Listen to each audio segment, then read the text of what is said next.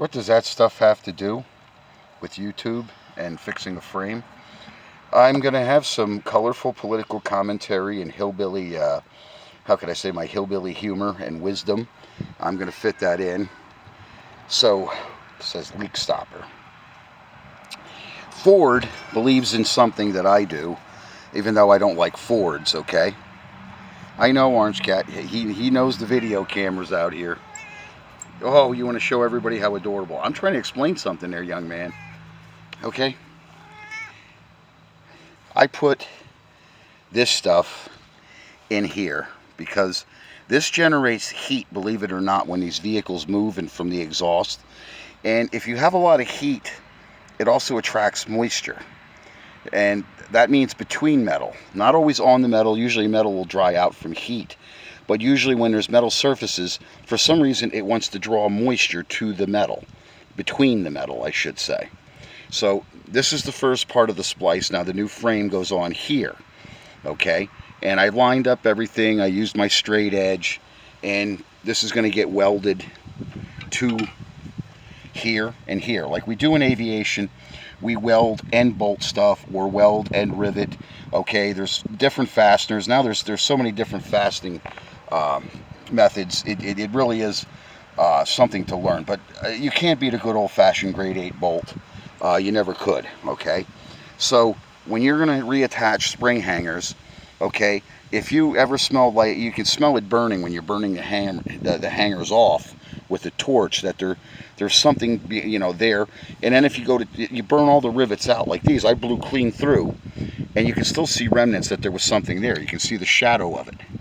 Okay, it might even be an epoxy, but this stuff is good enough for a repair. Now, my hillbilly wisdom. Okay, I'm one of those guys, I told you, I'm not conceited. Okay, the only reason why I make YouTube videos is I like to explain to things, and sometimes my customers, the people that hire me, or a potential customer, can actually see that I know what I'm talking about, and they can actually fact check you. It does make good business sense. But then, back when I was doing the motorized bicycles and stuff, I was telling you World War III was just around the corner, and it was just a matter of who was in the White House, okay? In other words, this all started out of the Chinese investment with a bunch of crooks. That's really what our politicians are, crooks. And Trump was about to burn all that down. That's why they ousted him, and they put this dictator and thief in the office. So now there's Buddy Brown. I watch Buddy Brown in his backwoods wisdom, because he's a lot like hillbilly wisdom. His train of thought and mine are the same way, only he thinks there's woods down there in Mississippi and Alabama. He ain't ever been up in the thick up here where you can't even move. I tried to explain to people that this was coming. How do you prevent fucktardism in your family? You don't let your kid lay in bed all goddamn day and be a fucking dependent until he's 50 years old.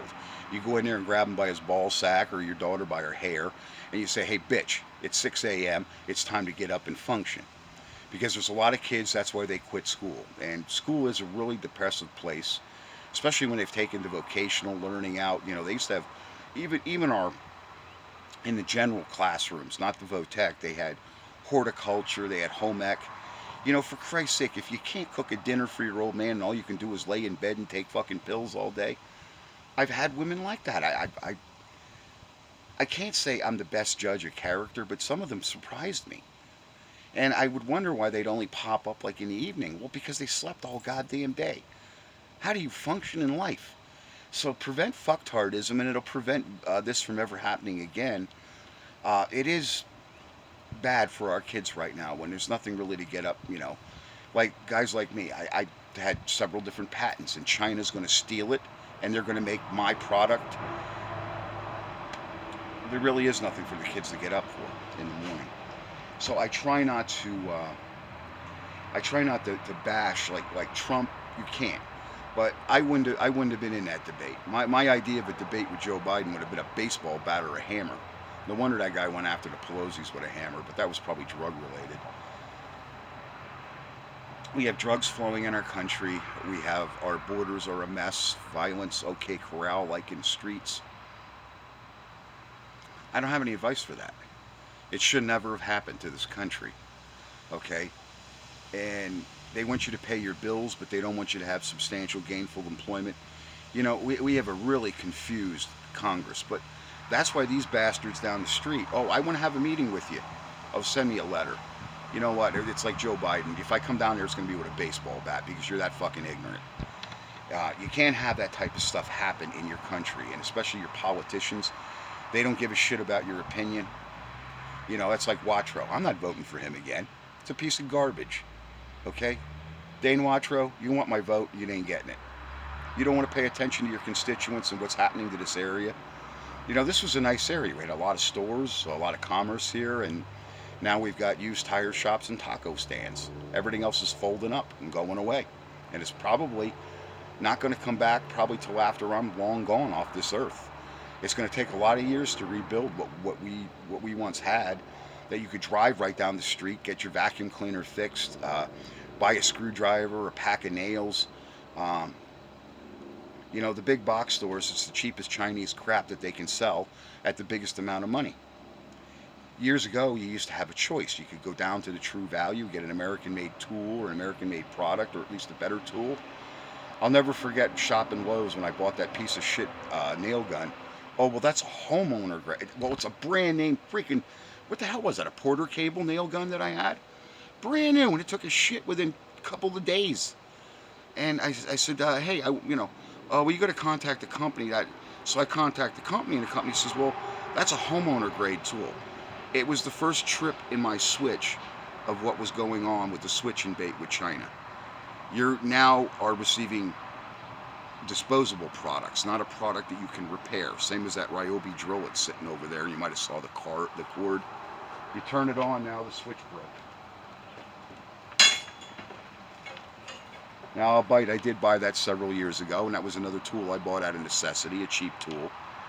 But I really didn't do too much work. You can see by the condition of that, it's almost like new, because I don't treat my stuff like shit. But this is what they've done to our nation, to our country, and if it keeps on going, we're in a lot of trouble right now. Biden's been trying to trip Russia's switch. He's crossed Putin's red lines. It's only a matter of time before we're attacked. And just like Buddy Brown said this morning, I heard it out of him and about 3 others that have YouTube channels. Oh, he's going to try to stay in with emergency war powers in 1941. Well, you know what? I've been saying that since Obama was in there. I could see what they were up to. Obama was up to the same hijinks as Biden, shutting everything down. The other thing that people don't think about is oil and gas. All of it went to Russia and China, basically, and we're kind of, well, why would we shut down ours and give them, oh, most of their warships are not nuclear powered. Most of their war machine is fossil fuel powered. It tells you this son of a bitch is playing both sides of the fence trying to get this country attacked. And it's at its weakest point. It was proven last night. The dope was hollow-eyed, stupid, mumbling and bumbling, and just like he always does. Think about it, okay? And that's some backwoods hillbillies wisdom, okay? And remember, I didn't get that hat on Amazon or eBay. That was given to me by a fallen friend's wife, okay? People I worked with. I worked with the spooks, and a lot of them. And they had no respect for Obama, or Bush, or Clinton's. Those men go back a lot of decades, back to my beginnings in the 80s, some of them 70s, some of them were there since the 60s. They all told me the same thing. We've got a communist infestation in our White House, and it needs an enema. Every one of them. If I was Trump, I'd be dragging them out of their offices by their balls. Lock the door, let's get new blood in the White House. And as long as there's that temptation for the politicians to invest in these foreign nations and this slave labor and exploit it, nothing's going to change. You're not going to play both sides of the fence, invest in the slave labor and invest in the insider trading. You know, those two go hand in hand. It's not just Chinese investment. It's getting the advantage of putting another company, American company, and Americans out of business because you're making the most amount of money and you're getting the most amount of money together to go make that happen. That's how insider trading goes. You see, you gobble up one company, sell it off, and you make another to gobble up and sell off. And that's why nothing stays the same, especially with Chinese products. It comes from all over the country in China. Nothing comes from here. So thank you for accepting my wisdom, and I hope you liked what I had to say. That I'm thinking for the last 10 years that I've been on YouTube and telling you World War III was coming. I think I've been right. Thanks.